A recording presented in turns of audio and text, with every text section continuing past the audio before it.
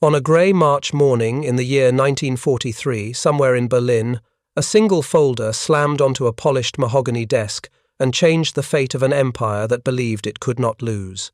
Inside that folder was not a secret weapon, not a new code, not a captured blueprint. It was something far more dangerous to the Nazi regime, the truth. The truth about what free men and women working in a distant democracy were quietly building at a place called Willow Run. If you love stories that peel back the myth and show how hidden decisions, forgotten factories, and underestimated people decided the course of the Second World War, then please subscribe to my channel, WW2 Untold Battles, so you do not miss the next chapter of these untold struggles behind the front lines. Now let us step into that room in Berlin and follow the paper trail from one factory in Michigan to the collapse of the Third Reich's most precious illusion.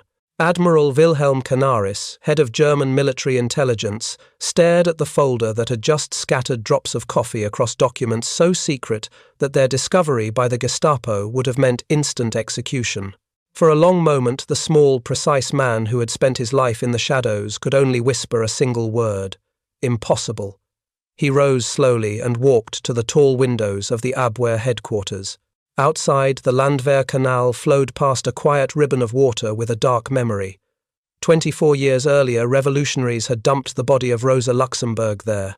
Now, another revolution was coming, but it wore no red flags, carried no rifles, and marched under no banners. It moved on conveyor belts and overhead cranes in a building across the Atlantic Ocean. Canaris held in his trembling hands a report that did not just contradict Nazi propaganda. It challenged the mathematics of German victory. According to intercepted communications and agents in Mexico City, the Ford Motor Company's Willow Run plant was producing one consolidated B-24 Liberator heavy bomber every single hour. To a regime that worshipped steel numbers and calculation, that line was a blasphemy. The B-24 was not a simple weapon. It was a flying machine of roughly 1.5 million parts, hundreds of thousands of rivets, tens of thousands of separate components, assembled into an 18-ton bomber that could cross oceans and lay cities in ruins. The report claimed that Americans were rolling these monsters off an assembly line faster than Germany could turn out a single Kubelwagen military vehicle. Major Friedrich Wilhelm Heinz, standing stiffly before the desk, had done his duty with painful thoroughness.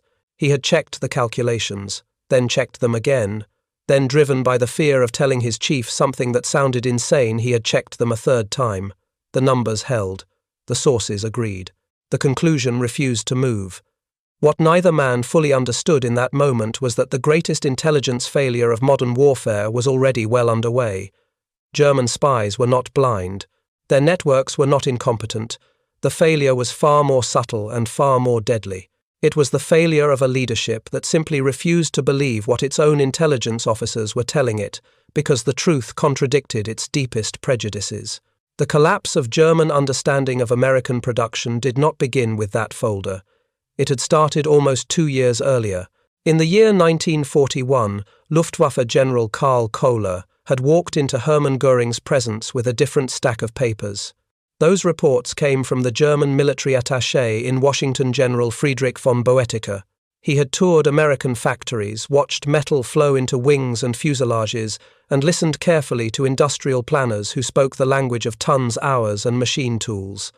The conclusion was disturbing.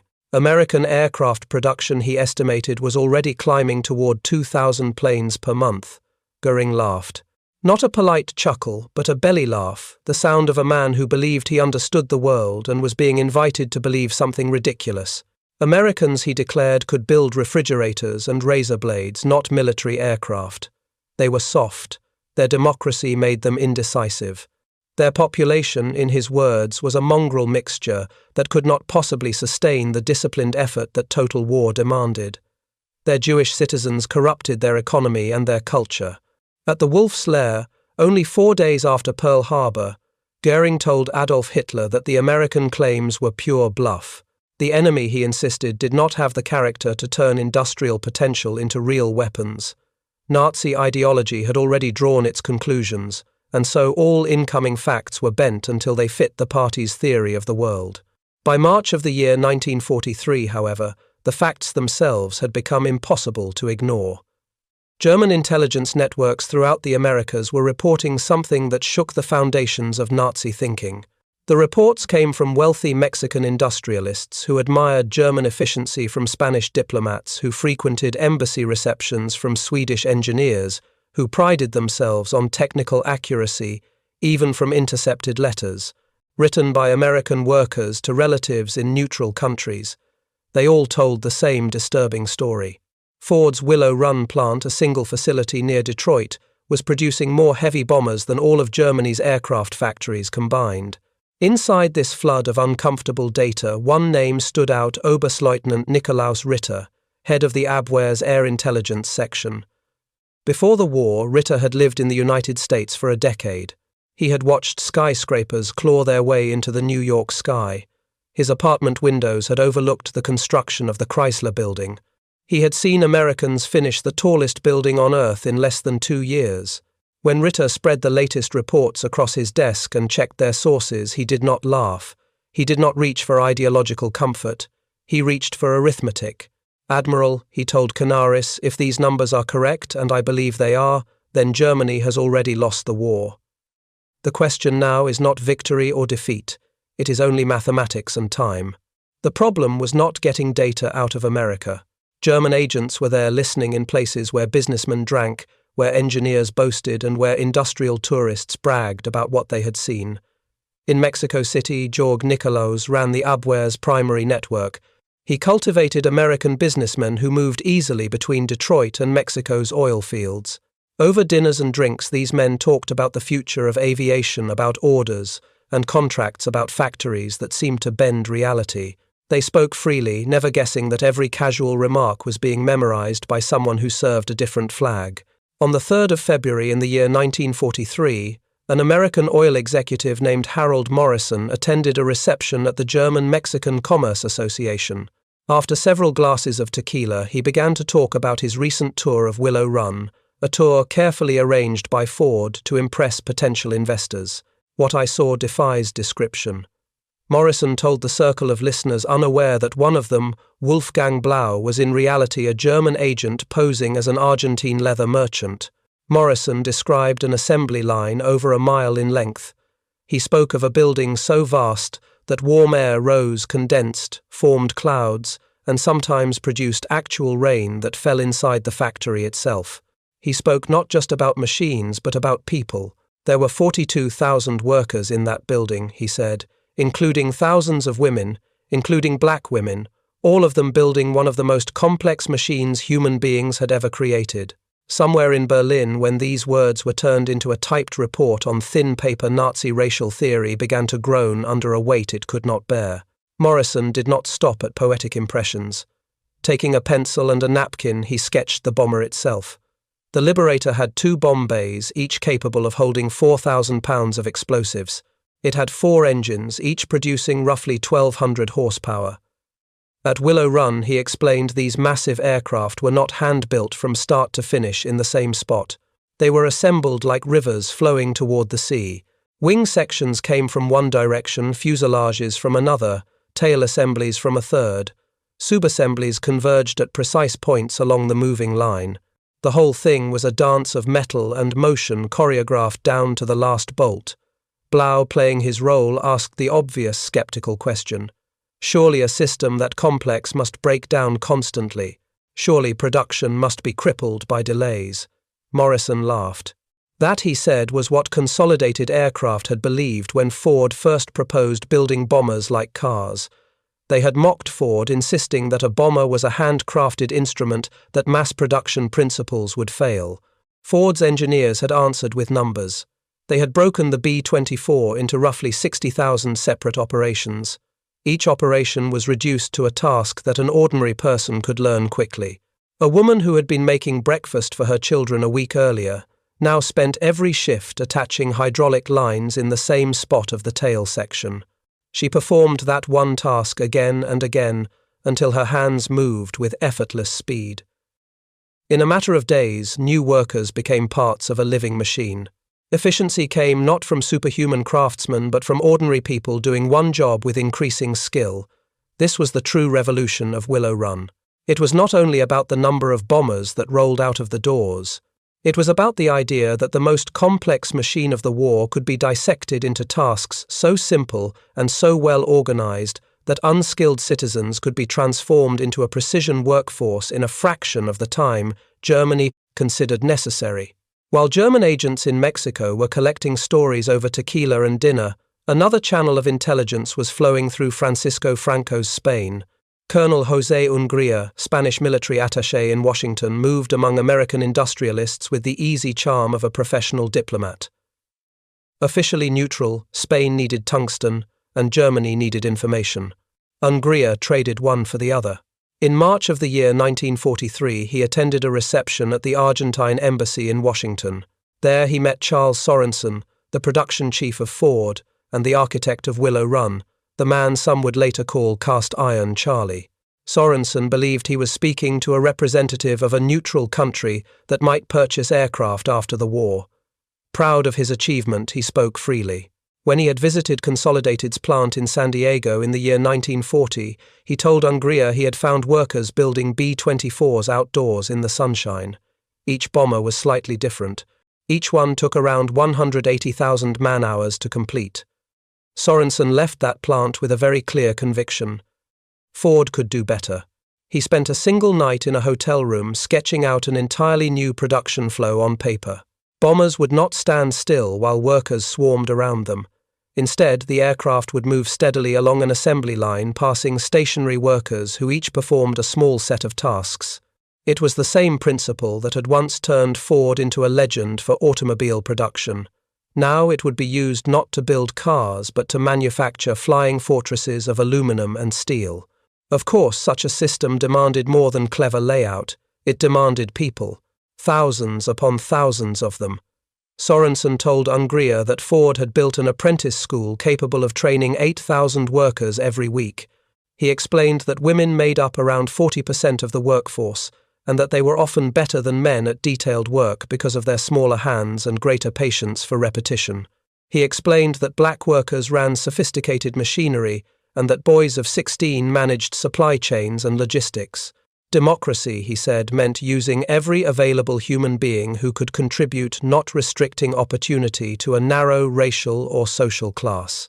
Every sentence he spoke in that room would arrive in Berlin within 2 weeks, translated into dry intelligence summaries that, if believed, would have demanded a total rethinking of German strategy. Instead, most of those reports landed in front of men who saw only what they wanted to see. Through Swedish engineers, Argentine businessmen, Japanese officers, and Turkish intermediaries, a picture of Willow Run that was as clear as a photograph formed inside German intelligence files. Swedish engineer Erik Lundberg wrote that the plant operated with a level of efficiency that simply did not exist in Europe. He reported that Ford was using roughly 1,600 specialized machine tools, many dedicated to a single, highly optimized operation. He estimated that tooling alone represented a capital investment of around $200 million. Japanese naval officer Toshikazu Omi sent a coded message home stating that this one factory produced more aircraft each month than the entire Japanese aviation industry. German cryptanalysts intercepted that message and added it to their growing pile of proof. By April of the year 1943, German intelligence officers had compiled data from 17 independent sources. The numbers converged. Willow Run was producing in the range of 650 B-24 bombers at its peak each month. Total American B-24 production was exceeding 1,400 per month. Faced with this mountain of evidence, Canaris did something that revealed both his professionalism and his despair.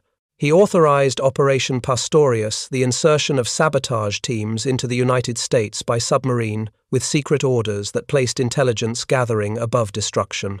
One team of 4 saboteurs, led by George John Dash, landed near Amagansett on Long Island in the early hours of the 13th of June in the year 1942.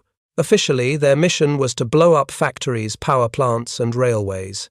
Unofficially, Canaris wanted them to get close to the machinery of American production, to count workers and freight cars and finished planes, to bring back proof that could no longer be dismissed as rumor. But even the most carefully laid plans can be undone by the human conscience. Within days of landing, Dash walked into an American police station and surrendered. Tormented by the nature of his mission and his long familiarity with American society, he chose betrayal over sabotage. Interrogated by the Federal Bureau of Investigation, he offered a revelation that stunned his American captors far more than the details of his landing. Admiral Canaris himself, Dash said, believed that Berlin did not accept its own intelligence. Many in the Nazi leadership refused to believe that the United States could genuinely produce bombers at the claimed rate. They suspected propaganda. Canaris had sent Dash not just to destroy, but to photograph, to count, to gather shipping records and employee lists that would force Göring to confront reality. When an agent remarked that the Germans did not believe the claim that a bomber was being built every hour, Dash laughed bitterly. "I lived here," he said. "I saw your automobile factories. If Ford could produce a car every minute before the war, then producing a bomber every hour during the war is entirely possible." For speaking such unwelcome truths in Berlin, Dash had been accused of defeatism. In a regime that equated optimism with loyalty, defeatism was close to treason. That same atmosphere now surrounded Canaris himself as he prepared to confront the highest levels of power. On the 20th of April in the year 1943, Adolf Hitler's 54th birthday, Hermann Göring, held court at Karinhall, his ostentatious hunting estate. The estates, the paintings, the uniform, the jewels, all of it was meant to project an image of unstoppable power. Into this theatre of self-worship walked Admiral Canaris carrying another folder of facts. He spread photographs across a massive oak table. He laid down intercepted documents, summarized reports, letters, and economic analyses. "Reichsmarschall," he began carefully, "we have confirmations from 17 independent sources. The Ford Willow Run plant is producing one B-24 Liberator every hour at peak production. They have maintained this rate since January." Göring picked up a photograph that showed an assembly line stretching away into the distance, bombers in every stage of construction. He studied it with contempt. "Do you take me for a fool, Canaris?" he said. "These are clearly wooden mock-ups, props for propaganda films. The Americans want us to believe that they build aircraft like sausages. This plant probably produces 50 bombers in a month at most." Canaris did not give up. He produced an intercepted manifest from the Pennsylvania Railroad showing aluminum shipments. "Reichsmarschall," he said, "this one plant is consuming 16 million pounds of aluminum each month. That is more than our entire national production." Göring laughed, but there was no humor in it. "Where do they get this aluminum?" he sneered. "From their Negro workers, from their women riveters. You have been deceived by American propaganda." Racist ideology had collided with industrial reality, and ideology had won the argument inside his mind. Numbers, photographs, and logistics all bounced off a shield of prejudice that no evidence could pierce. A week later, Canaris traveled to the Wolf's Lair to brief Adolf Hitler himself. The room was thick with tension. General Alfred Jodl and Field Marshal Wilhelm Keitel, along with Propaganda Minister Joseph Goebbels, stood by as the head of military intelligence presented a message that no dictator wanted to hear. "Mein Führer," Canaris said, choosing each word with care because his life might depend on it. "If the Americans are producing roughly 1,400 B-24s per month and an equal number of B-17 heavy bombers, and if British production continues, then the aerial bombardment of the Reich will soon exceed what our defences can handle." Hitler listened without patience. When he finally answered, his reply was pure ideology. "The Americans are capable of mass-producing simple goods," he said. "Automobiles, refrigerators. A bomber is not a car. It requires precision, skill, dedication. We took 6 years to prepare for this war. The Americans claim to have built this miraculous factory and reached this production in 16 months. It is impossible." Jodl attempted a cautious compromise. Even if only 1/4 of the reported numbers were accurate, he suggested the situation would still be severe and demand a strategic response. Hitler interrupted him. The figures were false. They had to be false. To accept them would mean accepting that the Third Reich faced an industrial opponent it could never match. Unknown to Hitler, Canaris had already reached that conclusion in private. Through American intelligence contacts in Switzerland, he had obtained film footage of Willow Run's assembly line in full operation. In a locked room at Abwehr headquarters, he and his deputy Hans Oster watched the camera travel along a mile of machinery and metal. In every frame, B-24s stood at different stages of completion. Men and women, black and white, moved with mechanical precision. A clock in the background confirmed the pace. "My God," Oster whispered. "It is true." Canaris did something that captured his desperate position between truth and power. He lit the film with his cigarette lighter and watched the celluloid curl and blacken. "We cannot show this to them," he said. "They would accuse us of creating fake footage or of being traitors." In that small act of destruction, the intelligence chief chose survival over direct confrontation. The truth would live only in his memory and in the numbers on paper, not in images that might force a showdown he could not win. In November of the year 1943, German intelligence obtained aerial photographs of Willow Run, taken by a Spanish diplomat. Photo analysts spent weeks examining every detail. They counted approximately 12,000 automobiles in the parking lots, a clear sign of 3 shifts of workers. They saw completed B-24s lined up at the airfield, roughly 47 aircraft ready for delivery. They traced the assembly line through skylights and confirmed that aircraft spacing matched the reported production rhythm. They saw dozens of freight cars at rail sidings bringing raw materials to a hungry industrial giant. The head photo analyst Helmut Varnard wrote a sober conclusion. Photographic evidence confirmed human intelligence. Production appeared to match reported levels. He recommended an immediate strategic reassessment. When Göring saw the photographs, he dismissed them as clever photographic manipulation, probably built from scale models. One man in Berlin, however, understood exactly what they meant. Dr. Albert Speer, the armaments minister, secretly obtained the American intelligence reports. On the 15th of May, in the year 1943, he wrote a diary entry that was discovered only after the war. If Willow Run's figures were even half accurate, he noted, Germany did not merely face defeat, it faced annihilation. The Americans were producing in a single month more aircraft than Germany could manage in an entire year. Yet Speer added a final fatal line. He could not speak this truth.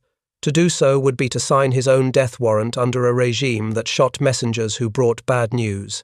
Another economist, Dr. Otto Ohlendorf of the Sicherheitsdienst, studied American economic data and reached an equally chilling conclusion. In the year 1941, he observed Ford's peacetime production had been roughly 1,100,000 vehicles. That capacity had now been converted to bomber output. At the current rate of B-24 production, Ohlendorf calculated by June of the year 1944, the United States would have enough liberators to drop the entire bomb tonnage that Germany had unleashed on London in 1940 during the Blitz, not over a year but every single day.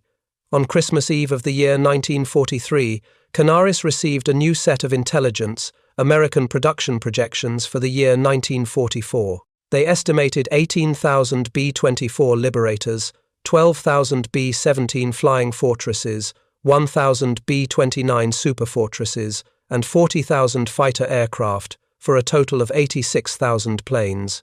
When these figures were placed before Hitler, he scoffed. The Americans, he said, claimed they would produce more aircraft in a single year than all nations had produced over the history of aviation. It was absurd, and therefore it was false. In February of the year 1944, Canaris was removed from his position. Officially, he had failed. In reality, he had committed an unforgivable crime in a dictatorship he had tried to tell the truth.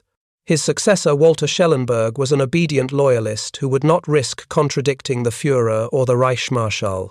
The intelligence system had been reshaped to ensure that uncomfortable realities never again disturbed the leadership's dreams.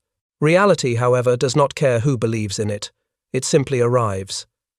On the 20th of February in the year 1944, the United States 8th Air Force launched Operation Argument, later remembered as Big Week. For 6 days, more than 1,000 heavy bombers, escorted by swarms of fighters, struck German aircraft factories and related targets.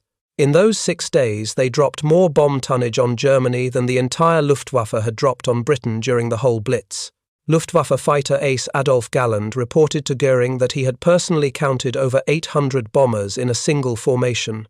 "These planes are real," he said, "and they are dropping real bombs."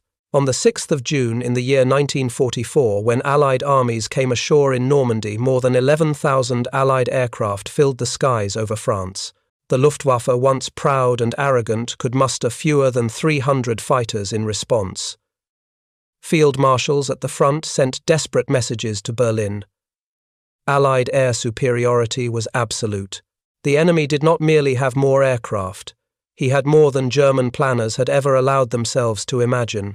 The intelligence that had once been mocked as propaganda had become the weather of war itself, and Germany was standing in the storm with no shelter. While German cities burned under bomb loads that Willow Run had helped to create, the plant itself was reaching the peak of its incredible output.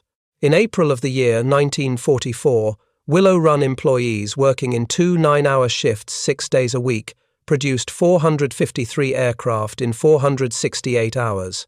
That was a sustained rate of one finished B-24 Liberator, every 63 minutes, maintained not as a stunt for a single day but as a routine reality over many weeks. The workforce that achieved this feat shattered every category of Nazi racial doctrine. Willow Run employed more than 42,300 workers. Around 11,000 of them were women, about 1/4 of the total. Around 3,800 were African American, close to 1/10 of the workforce. Roughly 1,200 were workers with disabilities. Here in one vast building, the so-called inferior races and weaker elements of society were operating machinery, managing logistics, training new recruits, and outproducing the German master race by orders of magnitude. After the war, when German intelligence officers were questioned, the full scope of the failure became clear. Walter Schellenberg testified at Nuremberg that by early 1943, every professional intelligence officer understood that the numbers flowing in from America were accurate. Hans Bernd Gisevius, one of the Abwehr's most outspoken critics of Hitler, wrote in his memoirs that German intelligence did not suffer from a lack of information. They were drowning in it. The tragedy was not missing data. The tragedy was a leadership that refused to believe anything that contradicted its own ideology. Those who tried to push back paid with their lives. Canaris and Oster were executed at Flossenburg concentration camp in April of the year 1945. Other officers involved in the July 20th plot against Hitler were hanged. A few, like Gisevius, escaped into exile. The United States Strategic Bombing Survey, conducted after the war, confirmed the cold arithmetic that German officers had tried in vain to convey. Between the years 1942 and 1945, Willow Run produced 8,685 B-24 Liberators. At its peak, its monthly output reached around 650 bombers. Unit cost per aircraft fell from roughly $238,000 to about $137,000 as learning curve, standardized parts, and higher volumes took effect. In total, B-24 production reached 18,188 aircraft. Total B-17 production reached 12,731. Between 1940 and 1945, the United States produced roughly 337,000 aircraft of all types, while Germany produced around 94,000. In other words, America built more than 3 times as many aircraft as Germany, while fighting a war in both the European and Pacific theaters. German economists studying captured documents later compared Willow Run to the entire German aircraft industry. The plant had cost around $200 million to build and tool. Germany's total investment in aircraft manufacturing from 1933 to 1945 came to around $400 million. Willow Run's floor space measured about 3.5 million square feet. All German aircraft factories combined had around 8 million square feet. The plant's monthly electrical consumption alone was greater than that of entire German cities. It was as if the United States had constructed a single industrial weapon whose sole purpose was to expose the Third Reich's illusions about itself. The story of Willow Run is not only a story about machines and numbers, it is also a story about people and about ideas. Albert Speer, in post-war interrogations, was asked why Germany had refused to believe its own intelligence about American production. He answered with a brutal honesty that he had never dared to show during the war. To accept that Ford could produce a bomber every hour, he said, would have meant accepting that the entire Nazi worldview was wrong.